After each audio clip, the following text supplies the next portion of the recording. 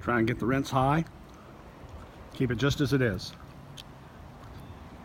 And then you come in here and you look at the size of this property and the size of a property that's allowed on this lot.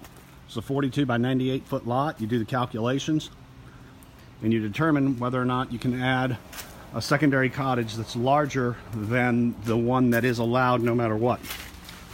You can put 240 square feet of footprint on the ground for a secondary cottage on this type of lot. This is a lot type 6A.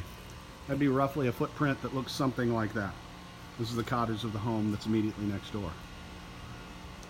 There are rules though, however, that talk about if the main home is underbuilt to its allowed footprint, which this one presently is underbuilt by a meaningful amount. We're going to measure that out. You can consume the underbuilt square footage of footprint allowed here into the main secondary cottage up to a square footage amount of 400 square feet on the ground, which means you can have an 800 square foot cottage. Gail and I just finished building a 2-bedroom, 2.5 bath, 800 square foot cottage in the exact same position relative to 30A in the beach, and we project without much concern whatsoever our revenue from that property will be $100,000 just for that secondary cottage. 2-bedroom, 2.5 bath, spot on finish, brand new in Seaside.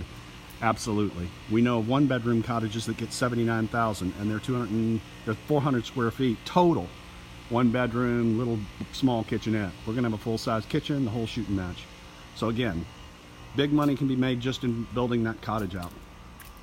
Budget for that could be about $250,000.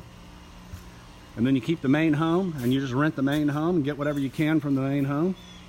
And then you remodel the main home or you rebuild the main home in the future.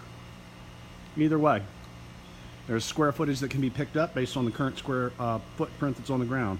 That porch, for example, could be enclosed living space and it could be carried to the second level. And we can talk about all that, but if you look at the second level, you see there's a porch rather than enclosed space, and then you see the tower proceeds from there. The tower's in the wrong position. The tower can be moved up front in rebuild of the main home. But again, it's fielder's choice. The value is you could rebuild this entire structure, a main cottage and a secondary cottage, for probably $1.2 million. If you acquired this lot for $1.25 million, you'd be in and all in at $2.45 million, and you'd be worth $3.8 to $4.2 million without blinking an eye, as much as $4.8 million if you sold it as a fractional LLC like we did 23 West Ruskin. That's the maximum that you could do on this, but you don't have to do any of that. You can just buy the home, get it as cheap as you can, spruce it up, get rents out of it, try and drive it to $100,000. Build the secondary cottage later, try to drive it to $100,000. Remodel the main home or rebuild the main home later, years later. None of this has to be done right now. But this is a great value in Seaside, and this is where Seaside's going.